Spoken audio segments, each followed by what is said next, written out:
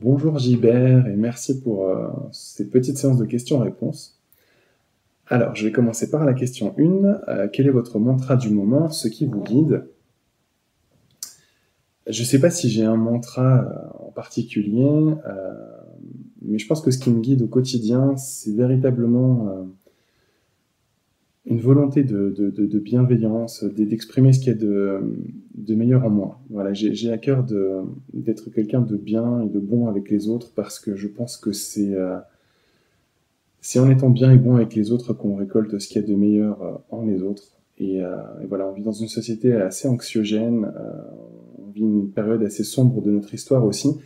Et quelque part, je me dis que peut-être que pour changer le monde, il faut d'abord apprendre à se changer soi-même.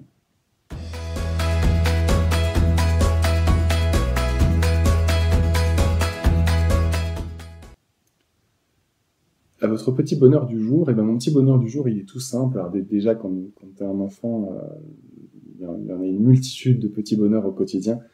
Euh, mais bon, un des petits bonheurs que j'ai vécu aujourd'hui, c'était tout simplement de recevoir 2 courriers de lectrices dans ma boîte aux lettres euh, ce matin. Et ouais, ça c'est vraiment mon petit moment à moi, un petit moment privilégié de plaisir. J'adore ça, lire ceux qui me lisent. Donc continuez à m'écrire parce que c'est toujours avec grand plaisir que je vous lis.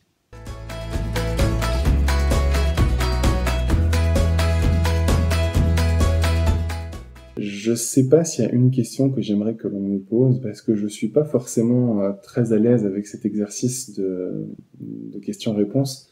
Moi, ce que j'aime, c'est plus l'échange, l'interaction, le partage. Euh, donc ouais, je serais bien incapable de répondre à cette question en particulier, justement.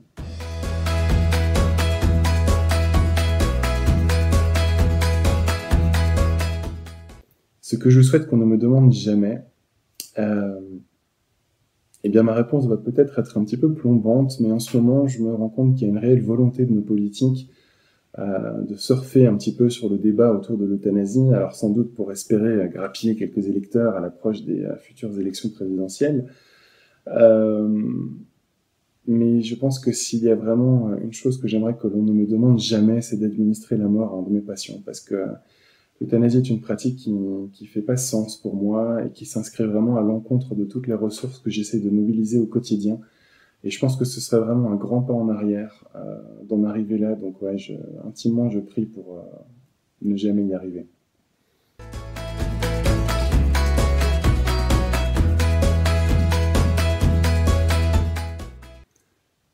Eh bien, je pense que ce qui a motivé cette envie d'écrire, c'était avant tout une volonté de partage. C'était de raconter toutes les belles histoires et les belles rencontres qui ont jalonné mon parcours de soignant. De raconter toutes ces personnes extrêmement touchantes qui ont façonné le soignant que je suis devenu et l'être humain aussi que je suis devenu. Et peut-être à travers elles aussi d'offrir un regard plus juste sur ce que sont véritablement les soins palliatifs. Ouais.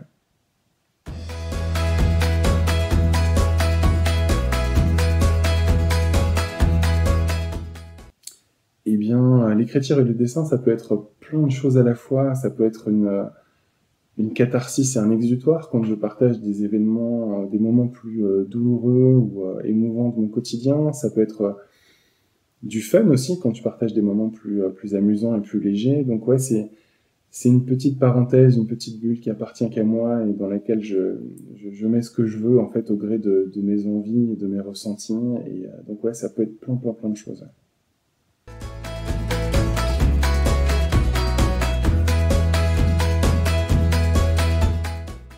Si je devais résumer mon livre en une phrase, j'emprunterais à nouveau cette phrase au professeur Bernard, qui était un brillant oncologue, et qui disait avec beaucoup de justesse que les soins palliatifs, c'est ajouter de la vie au jour quand on ne peut plus ajouter de jour à la vie. Et ça illustre tellement bien et si joliment la philosophie palliative et tout ce que je m'efforce de mettre dans mon travail au quotidien, que j'ai à cœur de diffuser ce message.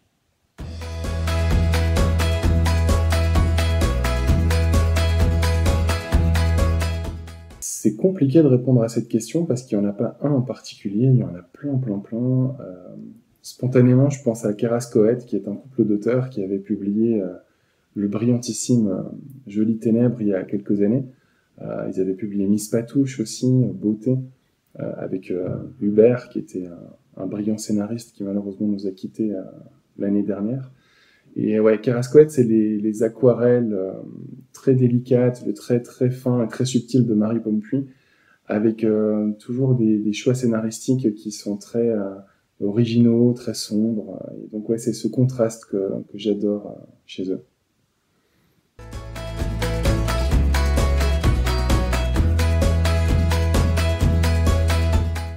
Pour moi, c'est tout simple, c'est un disque de Frank Sinatra. J'adore Frank Sinatra. C'est une caresse pour les oreilles, Frank Sinatra. C'est que de la douceur, c'est cette voix qui est ultra enrobante et enveloppante. Et ouais, si t'as passé une mauvaise journée, Frank Sinatra, si tu t'es mal réveillé, Frank Sinatra, c'est un médicament, Frank Sinatra. En tout cas, c'est le mien.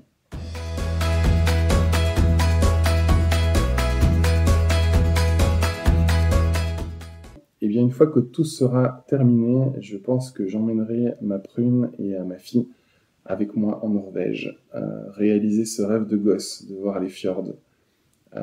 Voilà, j'espérais pouvoir réaliser ce rêve cette année, mais la crise sanitaire a contrarié ce projet. Donc, dès qu'on aura tourné cette parenthèse sombre de notre histoire, eh bien, j'espère pouvoir me rendre en Norvège avec elle et réaliser ce rêve.